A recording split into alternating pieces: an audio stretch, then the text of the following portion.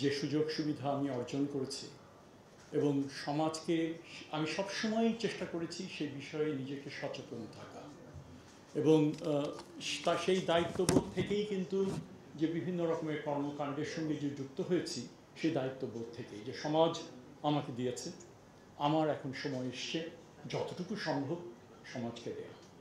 এবং এই ধরনের দায়িত্ব যে আমার নিতে হবে সেটা আমি বুঝিনি, এমনকি যখন আমাকে মাননীয় প্রধান উপদেষ্টা আমাকে ডেকে পাঠালেন দিন 4-5 আগে, অন্যান্য অনেক কথা, মালয়েশিয়ান শ্রমবাজার নিয়ে কথা হলো, অন্যান্য অনেক কথার পরে উনি যখন বললেন যে স্যার এই দায়িত্ব আর পালন করতে চাচ্ছেন না, এবং প্রধান উপদেষ্টা বললেন, আমাকে বললেন যে এই দায়িত্বটা আমি গ্রহণ করে, আমি রীতিমতো অবাক হয়েছি।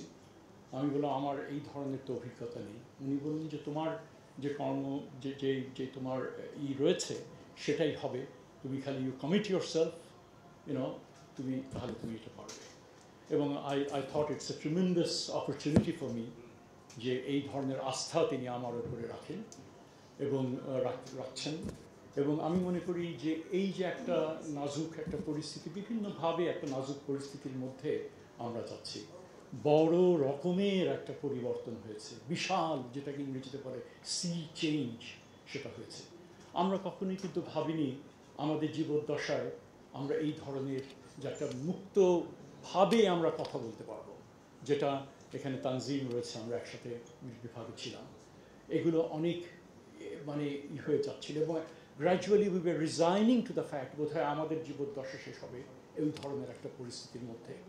যে দেশকে আমরা স্বাধীন করেছি, যে মুক্তিযোদ্ধারা স্বাধীন করেছেন, সেই দেশে এইভাবে আমাদের যে সময় যে শেষ হয়ে হবে, এটাকে আমাদের জন্য শুরু হয়েছিল। তো মাননীয় প্রধান উপদেষ্টা যখন আমাকে এই দায়িত্ব দিলেন, আমি মনে করি যে এটা একটা ইটস এ চ্যালেঞ্জ। উনি আমাকে এটাও বলছেন যে সময় মধ্যে দায়িত্বটা নিচ্ছ, আমরা তো স্যারের কাছ থেকে শুনলামই কি টালমাটাল সমস্যার মধ্যে তিনি এবং এই টিমকে নিয়ে তিনি এই দায়িত্ব পালন করেছেন, যে গুরু দায়িত্ব পালন করেছেন।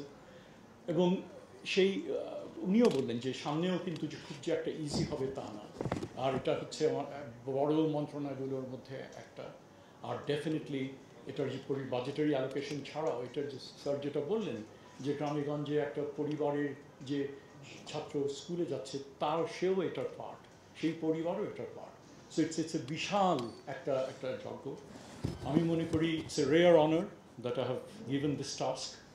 আমি এটাও মনে করি যে আপনাদের মতো যোগ্য লোকজন এখানে আছেন, ভাই যেটা বললেন যেভাবে তারা দায়িত্ব সামলেছে, সমস্যা আছে, সমস্যা থাকবে, এবার আমি মনে করি আপনাদের সহযোগিতা নিয়ে আমরা অবশ্যই যে একটা গুরু দায়িত্ব, সেই গুরু দায়িত্ব আমরা পালন করব।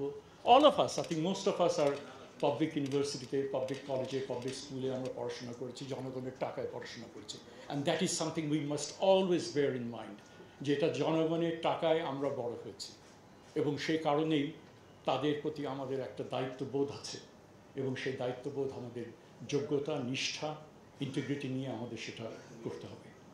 তো এতটুকু আমাকে বিভিন্ন সময়ে দায়িত্ব পাওয়ার কথা কানাঘুষা যখন চলছে, বিশেষ করে কালকের সন্ধ্যার পর থেকে পত্রিকাগুলো বলেছে আপনার কি করতে চান, আপনার ভিশন কি, রীতিমতো একটা বিষয়ের মধ্যে পড়েছিলাম, তবে এবং সেটা আমার চিন্তাকে গোছাতেও সাহায্য করেছে।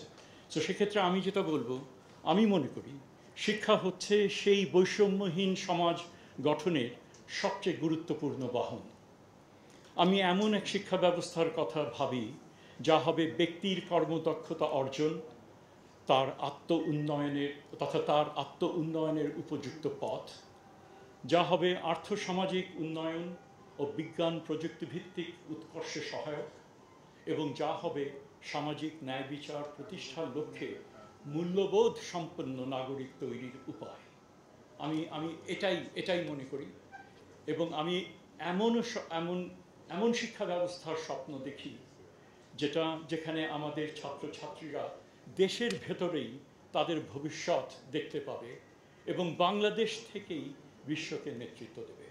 আমি এটুকুই বলবো, এবং আমি মনে করি এটা হয়তো একদিনে হবে না, 1 বছরে হবে না, 10-5 বছরে হবে না, কিন্তু তার জন্য যে বেস যেটা তৈরি করে দেওয়া এবং তার যে অলরেডি উদ্যোগ অনেকগুলো নেওয়া হয়েছে।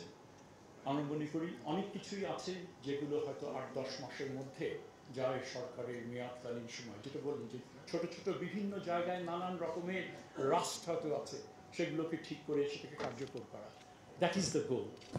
এই ধরনের যদি হাই ইম্প্যাক্ট, যদি স্বল্প মেয়াদী বিষয়গুলোকে আমরা আইডেন্টিফাই করব এবং সেগুলো ব্যাপারে আমরা শুরু করব, এবং এছাড়া লং ড্রন যে কিছু ইস্যুস যেগুলো আছে যেগুলো আমাদেরকে সমাধান করতে হবে বলে যে আমরা মনে করি, তাহলে আমরা অংশীজনদের নিয়ে আমরা আমরা সেগুলো নিয়ে আলাপ আলোচনা শুরু করব, যাতে তাদেরও একটা এখানে স্টেক হোল্ডার হিসেবে তাদের একটা দায়িত্ব থাকে। আর এই যাত্রায় আপনাদের বিভিন্ন প্রতিষ্ঠান থেকে যারা রয়েছেন, একদম ইউনিভার্সিটি গ্রান্টস কমিশন থেকে শুরু করে নিম্ন পর্যায়ে বিভিন্ন প্রতিষ্ঠান এবং যে মানে অন্যান্য যে সমস্ত অঙ্গ প্রতিষ্ঠানগুলো রয়েছে, আমরা মনে করি আমরা একই সাথে আমরা এগিয়ে যেতে পারবো। এবং শিক্ষাকে যে জাতি যেটা বলছেন স্বাস্থ্য এবং শিক্ষা, এটা হচ্ছে যে অধিকারের সবচেয়ে বড় রকমের এটা একটা অধিকার আমরা মনে করি, এবং ফাউন্ডেশনাল সেক্টর, এই ফাউন্ডেশনাল সেক্টরকে আমরা যে দায়িত্ব আমাদের উপর অর্পিত হয়েছে, আমরা আশা করি সেই দায়িত্ব আমরা যৌথভাবে পালন করব। সহযাত্রী হিসেবে আমরা সবাই থাকবো, এবং একই সাথে সাথে যে কাণ্ডারি হিসেবে যিনি দায়িত্বটা পালন করলেন তার যে প্রজ্ঞা, তার যে অনেকগুলো বিষয় তিনি বললেন, এবং এর থেকে আমার তো মনে হয় আপনি বললেন যে আমি বিশৃঙ্খলভাবে বলছি, আমার মনে হয় আমার জন্য একেবারে সহজ পাঠ যে একেবারে কনডেন্স ফর্মে আপনি পুরো জিনিসগুলো আমাদের, তো অন্যান্য আরও অনেক কিছু আছে, কিন্তু ইট ওয়াজ extremely important for me to get an idea what I'm getting into, and there would not have been any better alternative. না ভয়, আমি মোটেই ভয় পাচ্ছি না স্যার, আমি মোটেই ভয় পাচ্ছি না। না না না, সেটা তো আপনি বলেছেন প্রাইভেটলি আপনি আমাকে বলবেন দু একদিনের মধ্যেই। আমি এইটুকুই আমার বলার। আশা করি sir will continue to receive your patronage, your guidance, and we certainly এই যে অভ্যুত্থানের যে বৈষম্য বিরোধী যে তাদের যে স্বপ্ন, যে যারা এই স্বপ্ন দেখেছে, সেই স্বপ্ন আমরাও দেখেছি, এবং এই বাস্তবায়নের ক্ষেত্রে আমরা একসাথে এগিয়ে যাবো, এটা বলে আমি শেষ করছি।